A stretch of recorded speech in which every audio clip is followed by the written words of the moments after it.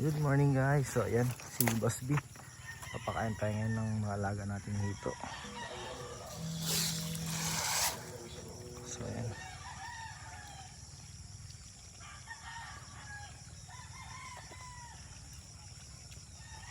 Sila guys.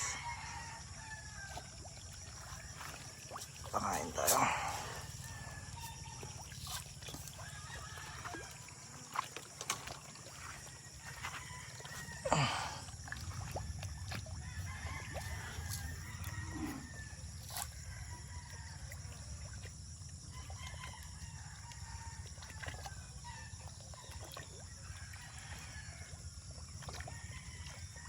So ayan, no, natututo na sila ulit kumain.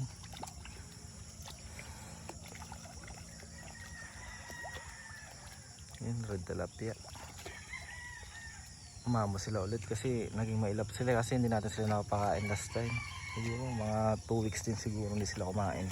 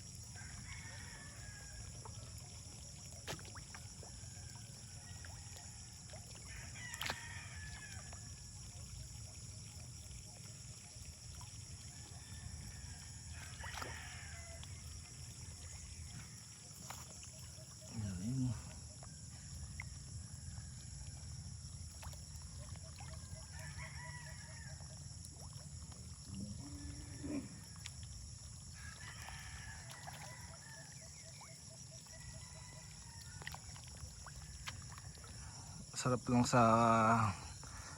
lang sa paramdam kapag ganito. Yung umaga papakain ka ng alaga ng isda. Nakawala ng stress yan. Ganyan lang ginagawa natin. Yun, laki na mo.